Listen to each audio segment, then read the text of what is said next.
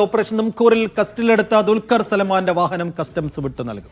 Bank ഗ്യാരണ്ടിയിലാണ് വാഹനം വിട്ടു നൽകുക. അന്വേഷണ പരിധിയിലുള്ള വാഹനമായതിനാൽ നിബന്ധനകൾ കൂടി ഏർപ്പെടുത്തും. നിതിൻ സേവ്യർ അതിന്റെ വിശദാംശങ്ങൾ നൽകും. നിതിൻ, ദുൽഖറിന്റെ ഏറ്റവും പ്രധാനപ്പെട്ട ആവശ്യം ഡിഫൻഡർ വാഹനം, ലാൻഡ് റോവർ ഡിഫൻഡർ വാഹനം തനിക്ക് തിരികെ വേണം എന്നുള്ളതായിരുന്നു. അത് വിട്ടുകൊടുക്കാം എന്നിപ്പോൾ ഒരു തീരുമാനത്തിലെത്തിയിട്ടുണ്ട്. പക്ഷേ ചില നിബന്ധനകളും ഉപാധികളുമുണ്ട്. എന്തൊക്കെയാണ് നിബന്ധനകൾ? എപ്പോഴായിരിക്കും വിട്ടു നൽകുക?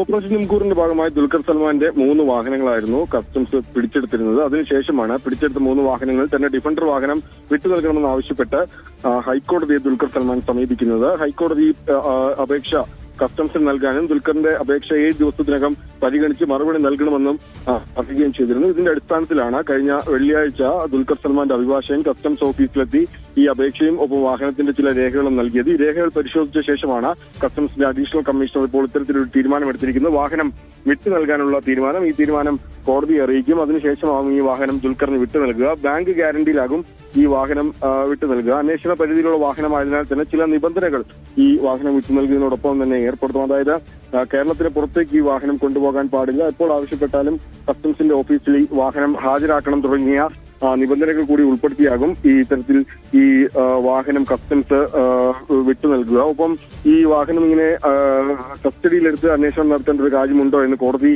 അതൊക്കെ കൂടി പരിഗണിച്ച് കോടതിയിൽ നടന്ന വാദപ്രതിവാദങ്ങളും ഈ വാഹനത്തിന്റെ രേഖകളും ഒക്കെ കൂടി പരിഗണിച്ച ശേഷമാണ് കസ്റ്റംസിന്റെ അപ്പലേറ്റ് അതോറിറ്റി അഡീഷണൽ കമ്മീഷണർ ഇപ്പോൾ ഇത്തരത്തിലൊരു തീരുമാനത്തിലേക്ക് എത്തിയിരിക്കുന്നത്. ശരി, എന്തായാലും ദുൽഖർ സൽമാൻ ആ വഴിക്കുള്ള നിയമ പോരാട്ടം നേരത്തെ തന്നെ നടത്തിയിരുന്നു. ആ വാഹനം വിട്ടു നൽകണമെന്ന ആവശ്യം ഉന്നയിച്ച് കോടതിയിലെത്തിയിരുന്നു. കോടതിയും അതിനോട് അനുകൂലമായ ഒരു സമീപനം തന്നെയാണ് എടുത്തത്. അപ്പോൾ ഈ അന്വേഷണം നടക്കണമെങ്കിൽ വാഹനം കസ്റ്റഡിയിൽ വെക്കേണ്ടതുണ്ടോ എന്നാണ് കോടതി അന്നും ചോദിച്ചിരുന്നത്. എന്തായാലും ചില നിബന്ധനകളോടെ അന്വേഷണ പരിധിയിലുള്ള വാഹനമായതുകൊണ്ട് തന്നെ അത് ദുൽഖർ സൽമാനെ വിട്ടു നൽകും എന്നുള്ള കാര്യങ്ങളാണ് ഇപ്പോൾ അതിന്റെ ഒരു വിശദാംശങ്ങളാണ് നിതിൻ സേവ്യർ പങ്കുവച്ചത്.